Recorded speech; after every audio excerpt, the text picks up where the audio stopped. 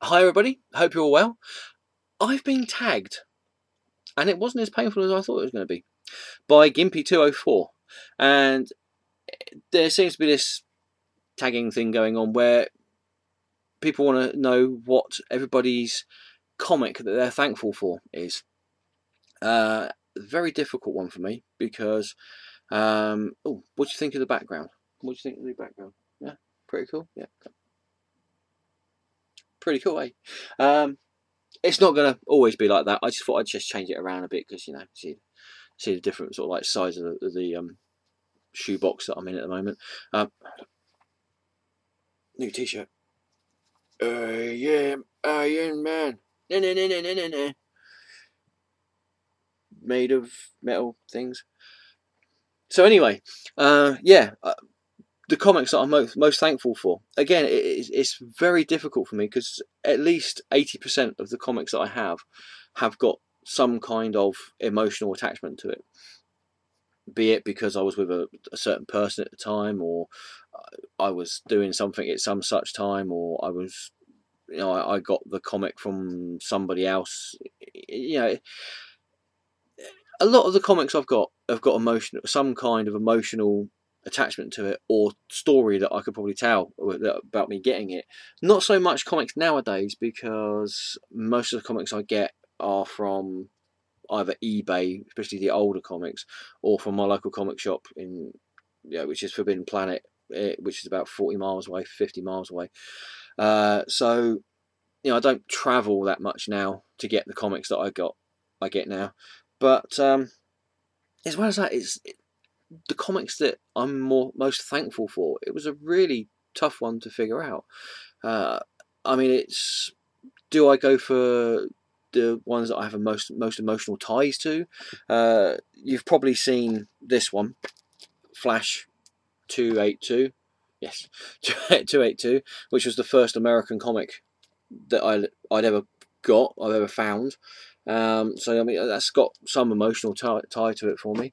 Or this one, Spectacular Spider-Man, Final Curtain, which was which was the last Christmas present that I got from my mum before she passed away. And also knowing the actual history of the comic book series and this as well, and the last story that's in the back of it, which was from Spectacular Spider-Man number 27, which is Peter Parker reminiscing about his Uncle Ben, and, you know, how he still feels that he's, you know, he still blames himself for his death and that and everything, and such. You know, it's a very poignant story in the end of it, especially when you consider how I came to get the trade paperback. You know, do I go financially gaining comic that I'm thankful for, which would probably be King Size Avengers Annual number 10, because the person on eBay wrote it down as Avengers Annual number 8, and I got it for peanuts, basically. You know, thank you very much for doing that. You know, I paid a few pounds rather than paying tens of pounds that I should have been paying for it. You know, do I go for a comic like this, which I'm very thankful for getting, because it's getting me closer to getting a complete set of all the Crisis on Infinite Earth crossover comics.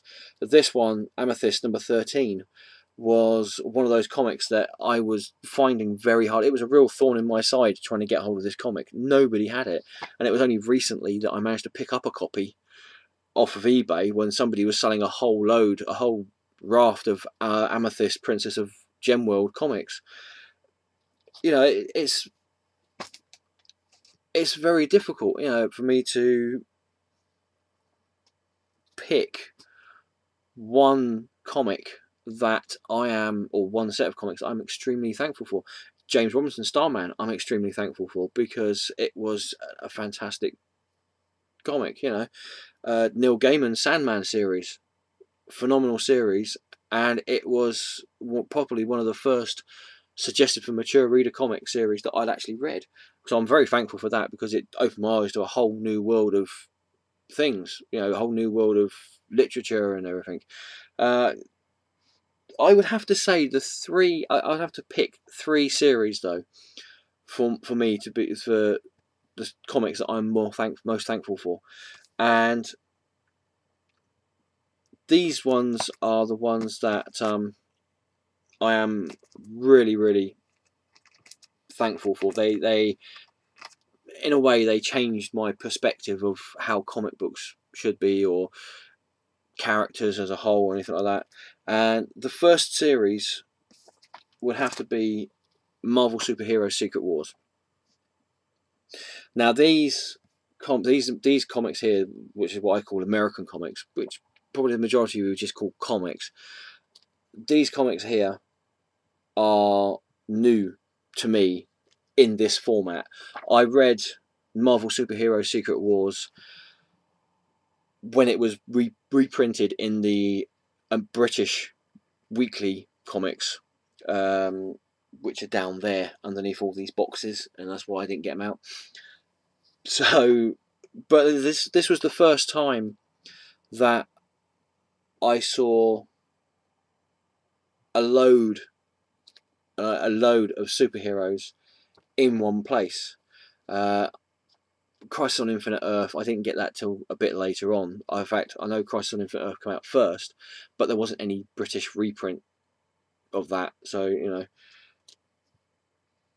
So yeah, that's number 5. Now, I do have more than these issues, but these are the ones that I can actually get to from my stash of comics I've got here through all the boxes and such. I really need to sort them out and try and get my my filing system a lot better than it is now. We've got number 8 here, which is the first issue of Spider-Man in his black costume, and technically the first issue of Venom as well. So you know, these, like I said, these were the first ones. These were the first comics that I saw, not just a group of superheroes like the Avengers or the Fantastic Four or the X-Men, but all the superheroes from all the different groups clumped together, and you know, in one story. Not only that, but they were fighting their biggest, baddest foes as well. What you've also got to remember is with the reprints, they also had backup stories. So you'd have 10 pages to 12 pages of this one, Secret Wars number 2, issue 1, Secret Wars 2, number 1. So you'd have about 10 to 15 pages of this. Then, as a backup, you'd have another story as well, which I believe was Alpha Flight. So that was the first time I actually read Alpha Flight as well. A lot of people didn't like Secret Wars 2, I understand. I personally thought it was really good. You know, there's a few stumbling blocks and a few plot holes in that, but on the whole, it wasn't too bad. Wasn't too keen on what they did later on when they tried to explain that the Beyonder wasn't this all-powerful being from beyond, but in actual fact was an Inhuman that had gained almost omnipotent power. And yeah, no, sorry. The way they had the Beyonder in this was made a lot more sense than actually having him as he was an Inhuman that went through the gas chamber thing and got his powers, and he had, what was it? He had reality warping powers or something like that. No. Secret Wars number 2. Yeah, so what you got to remember is yes, I was reading the British weekly reprint ones like the Avengers and Fantastic Four and that, but this was the first time I actually saw all of them all in one place. Okay. Awesome. Now, the next series that I'm very thankful for was from DC Comics, and this one, it was one of those ones where even now there is no way I'm going to be able to read Action Comics number 1. I'll be able to read a reprint of it, but I'm never going to be able to actually read Action Comics number 1 or Detective Comics number 27 or the Flash, Golden Age Flash number 1 or anything like that. This series, in a way, helped to allow me to read those comics, sort of. And not only that, but now, having read those comics, you realise how there wasn't much actual story to the Golden Age comics. I mean, yeah, there wasn't actually any real explanation about what was going on, not much background story to it. But this was the first time that I'd read a story that had been previously written, but where they gave more background, and it was the DC series Secret Origins. Now, this series, I used to have a complete set of them, but you've probably heard of it. There was the Great Purge of '95, where I got rid of a load of comics that I had because I didn't have the room for it. And this was unfortunately one of those series that I got rid of. It was one of those ones where I thought, I'm never going to read them again. You know, I'm getting more maturer comics and more, you know, like Sandman and Hellblazer and all that. So I'll get rid of these ones. And it's one of those things where it's only after you've got rid of them that you realise, no, you shouldn't have got rid of them, you know, because you still enjoy them.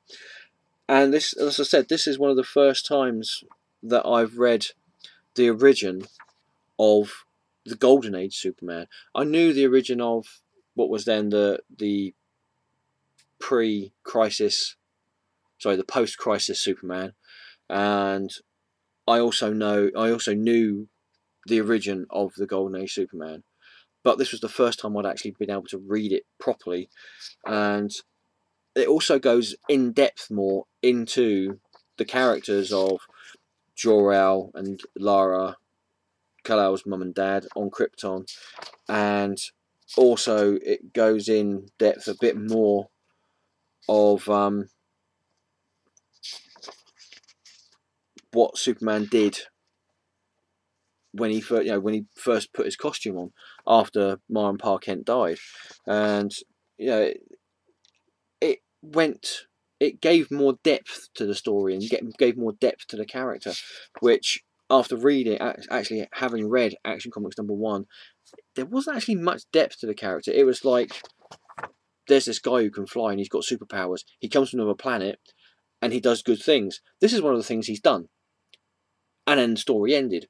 You know, in this, you actually get more supposition. I think that's the right word.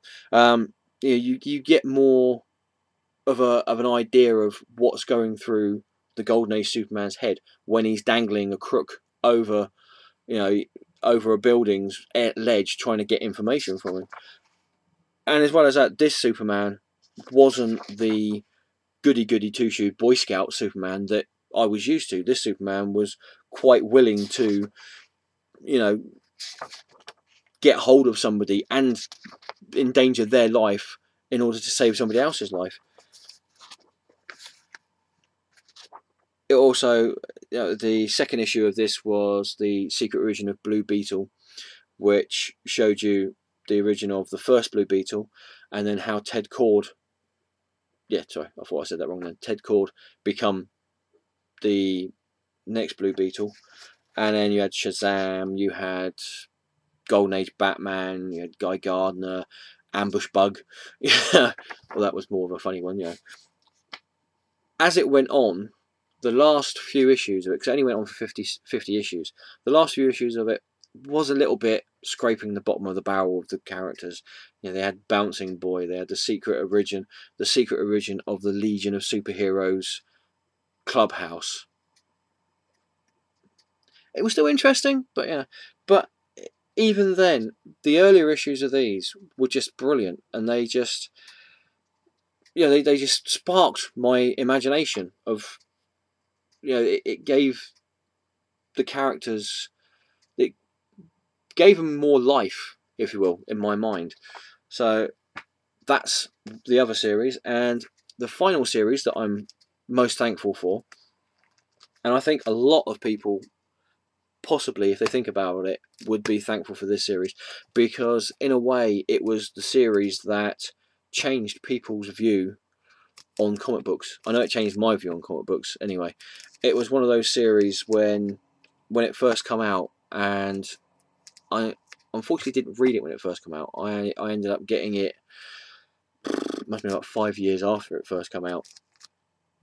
But when it first came out, it was one of those groundbreaking series that completely changed the way people see comics. There's only a few comics, I think, I can actually say have done that, and that is Frank Miller's Batman: The Dark Knight Returns and Watchmen, and this one, which strangely enough is written by the same guy who wrote Watchmen, and it's Alan Moore's Saga of the Swamp Thing. This isn't the first issue Alan Moore wrote, by the way. This was issue 21.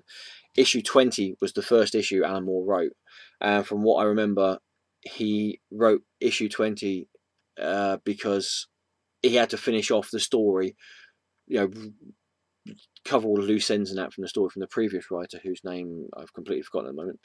So this is technically Alan Moore's first story that he wrote that didn't have anything to do with previous stories that had been going on, and it was just mind-blowing when I read it. It was one of those stories, one of those series that you enjoyed, you wanted to read the next issue, but not only that, it made you think. It made you not only just think about what was going on in the comics, but also what was going on in the real world. It was one of those comics that, yeah, okay, you've got a guy who is a muck-encrusted monster who lives in the swamps, but you take that out, and a lot of the stories in there could be put into the real world. Again, this isn't all the series that I've got here. This is only the ones I can actually grab at the moment, so I can make this video. If I'd picked up every single comic of Alan Moore's Swamp Thing that I had, I would have probably been still doing it Christmas next year, trying to get on the boxes and it. Again, this is one of those series that I had a complete set of, but for some unknown reason I got rid of it. There you go. And not only that, this also gave us one of the, probably one of the, in comic books, one of the best well-known anti-heroes in the DC universe, at least, which was John Constantine, Hellblazer. That's the first issue with John Constantine in, number 30, Swamp Thing, number 37. See, that's another thing. It was, you had Saga of the Swamp Thing, and then what made it even better was, after a while, they started calling it, well, they didn't actually call it that, it wasn't the name of the comic, but they had the pre-title of it of Sophisticated Suspense, which in a way it was probably one of the most sophisticated comics out there at the time. It was one of those series that you read and you thought, yeah, you don't have to just read about guys in brightly coloured tights flying and jumping around beating up criminals.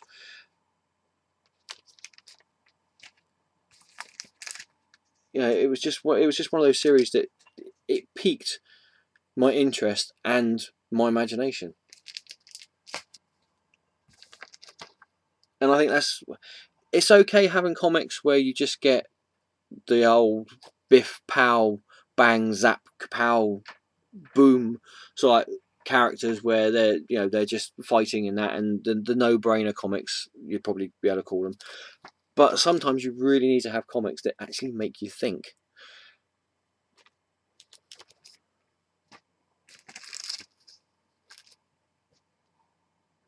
And there you go. That was this one. This one here was one of those ones that made you think.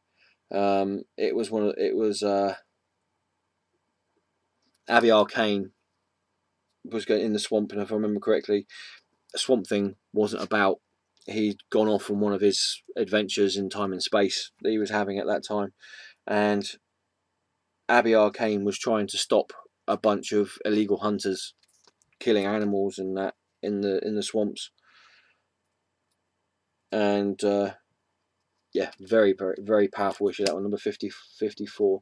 And there was another two-part series that I will always, a two-part story, sorry, that I will always remember as Swamp Thing. Can't remember the numbers of it, but it was the one, I think I've said of it before, it was the one where there was this homeless guy who accidentally drank some toxic waste, and instead of killing him, it turned him into this sort of like, almost an anti-Swamp Thing, where everything he touched died. And the Swamp Thing, and it was it wasn't so much the actual story, it was the end of the story where they used clippings of real newspaper headlines in the real world, saying, you know, toxic waste dump found in you know, Kansas, and you know, oil dumped in the sea, killing millions of fish and, you know, marine life and that. And it was just one of those series that made you actually think about the world around you and the impact, not only the rest of the human race, but what you had on the world and everything around you. So there you go. That was my comics that I probably couldn't live without. Now, from what I understand, I have to tag 2 people. I've got them, they're written down here, so excuse me. The first person that I've tagged, and I don't know if you've been tagged before. If you have, I apologise. But if you haven't, haha, you're tagged, is Ghost Critic. Hello, mate. How's it going? Yep, you have been tagged to tell us what your I can't remember what it was about now. Your comic, comics that you're most thankful for. And also, again, I'm not too sure if you've been tagged here, man, but Loki Goblin 13. I'd like to see the comics that you're most thankful for. So there we have it. Thank you for watching. I hope that was interesting. If you want to comment, then feel free to do so in the comment section down below. That's what it's for. If you like the video, thumbs it up. If you didn't like the video, feel free to thumbs it down. It's a free world. But if you did thumbs it down, if you do thumbs it down, as I always say why you thumbs it down. What did you disagree with? You know, and be more constructive in your thumbing down than just saying, from what I understand somebody said to me was American comic sucks. Yeah. If you want to have an argument about things like that, try and have a coherent sentence, you know, and some kind of base for the argument other than just American comic sucks. But anyway, thanks for watching. Take care, and ta-ta for now.